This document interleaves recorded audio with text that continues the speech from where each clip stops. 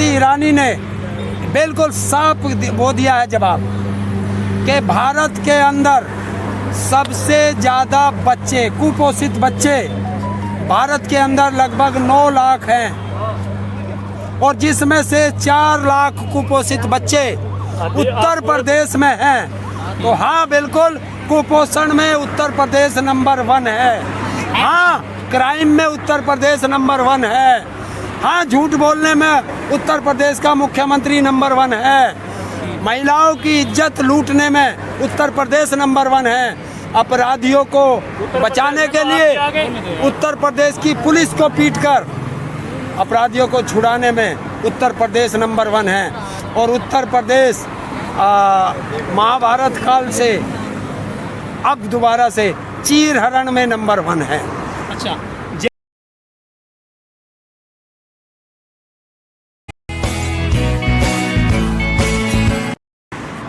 चलो रेडी, पूछो जय माता दी। शुरू कर दो तुम्हें। करवाए तुम्हारे सामने हम अभी जो है। हाँ जी, अमन अंदर तो आओ। आप लोग का गवर्नमेंट को धमकी दे रहे हैं, बोले जैसे दिल्ली को घेर रखा है लखनऊ को भी घेरेंगे। जब घेरेंगे तब आपको पता चल जाएगा। राकेश टिकैत क्लियर बोल रहे हैं कि घेरेंगे। हाँ, जब घेरेंगे क्या? तो जब हमारे बड़े नेताओं ने कह दिया तो फिर हम क्या जवाब देंगे? बड़े नेता दे देंगे अपने आप जवाब उस पर, उनसे पूछो। बोलेंगे तो बोलेंगे हम बिहार को घेर लेंगे, पटना को घेरेंगे। जब उन्होंने कह दिया कि हर राजधानी में आंदोलन होगा तो आंदोलन होगा।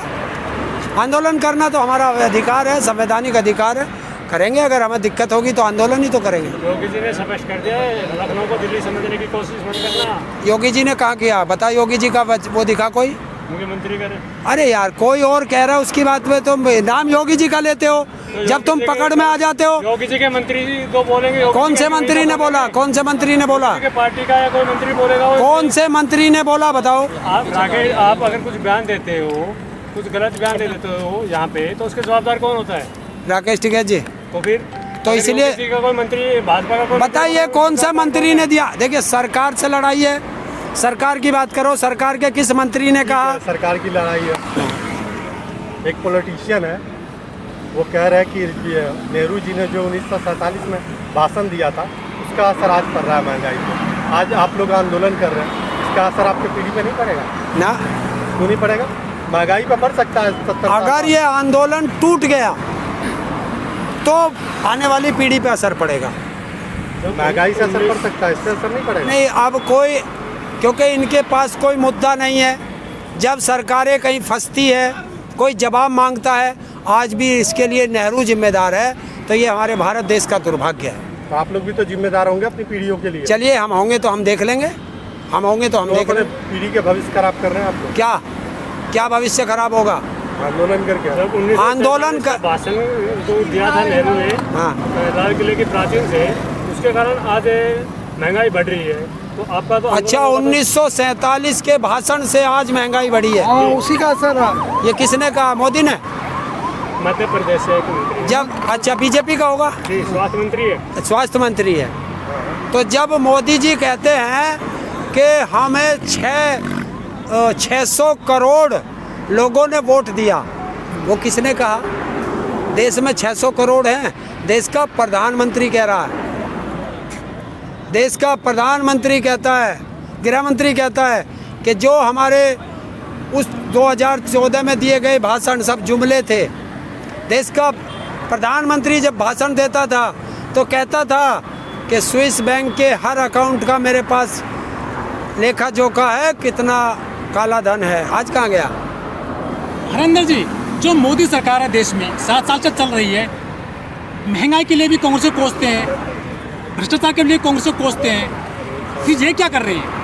ये देश में हिंदू मुस्लिम जातिवाद, नफरत और आरएसएस का संविधान लागू करने के लिए आए।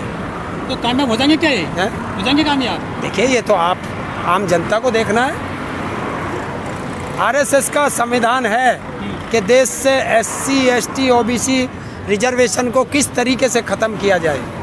अच्छा। और उसको ख़त्म करने का इन्होंने बिल्कुल अच्छा तरीका निकाला है कि देश के सारे संस्थान बेच दिए जाएं, ना नौकरियां होंगी ना उनको SC ST में रिजर्वेशन देना पड़ेगा।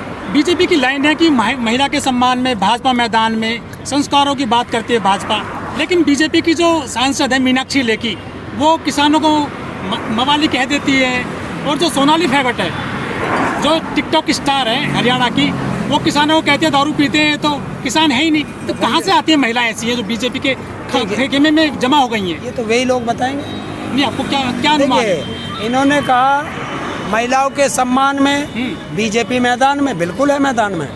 आपने देखा लखीमपुर खीरी में तो बीजेपी मैदान में थी, कितना बढ़िया सम्मान किया चीर हरण करके।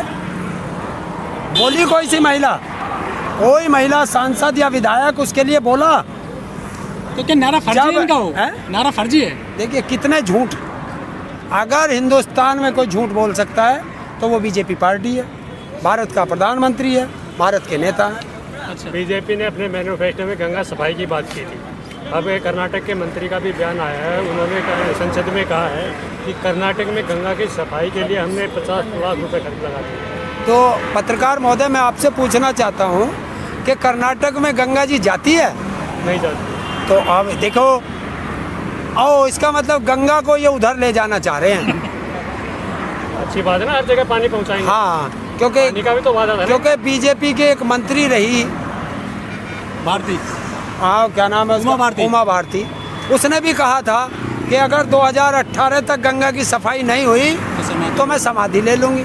तो सफाई कर रहे हैं, 50 लाख रुपए लगा रहे हैं एक राज्य में। तो जितना चाहे, मैंने कहा ना बीजेपी की लूट है, लूट सके तो लूट। अगली बारी महाराष्ट्र की होगी, 50 लाख रुपया गंगा में महाराष्ट्र में भी खर्च होंगे। नहीं, महाराष्ट्र नहीं बताने का, क्योंकि वहाँ बीजेपी की सरकार ना, जहाँ जहाँ इनकी सरकार होगी गंगा तो वहीं वहीं जाएगी ना। हाँ, असम में हो सकता है। हाँ हो सकता है भाई साहब। अच्छा, इन्होंने वादा किया था हर घर पानी पहुंचाएंगे, उसी वादे पे लगे हुए ना कि गंगा को कर्नाटक तक ले गए। ये भाई साहब, ये पता नहीं इनका ये कहाँ कहाँ क्या क्या चीज़ ले जाएं, क्योंकि जब कोई हिंदू का कत्ल होगा, हिंदू बेटी का अपहरण होगा, हिंदू बेटी का बलात्कार होगा, चुनाव होगा तो वो हिंदू होगी, चुनाव खत्म तो वो जाति पे आ जाएगी।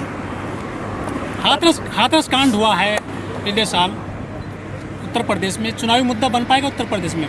देखिए, महिलाओं को आना चाहिए उसमें, क्योंकि ये महिलाओं के अपमान की बात है। लेकिन सबसे ज़्यादा जो विधायक है ना महिला बीजेपी के पास है उत्तर प्रदेश में, वो तो एक भी नहीं बोली उनके लिए। ये दुर्भाग्य नहीं है? बताइए, आप पत्रकार हैं कि ये दुर्भाग्य नहीं है कि महिलाओं के साथ दुराचार हो रहा है और ये महिलाएं बोल नहीं रही, वो चाहे किसी भी पार्टी की है। आप लोग यूपी चुनाव जो आ रहा है 2022 में, किन मुद्दों के ऊपर वोट दोगे? हम तो अपने बात करेंगे कि हमारे उत्तर प्रदेश की बात है तो उत्तर प्रदेश में 12,000 करोड़ के करीब हमारा गन्ने का पेमेंट है, हमें MSP नहीं मिल रही, हमारा आलू की फसल बर्बाद हो रही है, उत्तर प्रदेश में पूरे भारत में सबसे ज़्यादा बिजली महंगी है, हमारे बच्चों को रोज़गार नहीं मिल रहा, हमारे बच्चों को शिक्षा नहीं मिल रही, हमारे बच्चों को स्वास्थ्य नहीं मिल रहा, सारे प्रदेश के शिक्षा, स्वास्थ्य और महंगाई के मुद्दे पे बिल्कुल हो गया। और जहाँ तक देखने को मिलता है यूपी का इतिहास,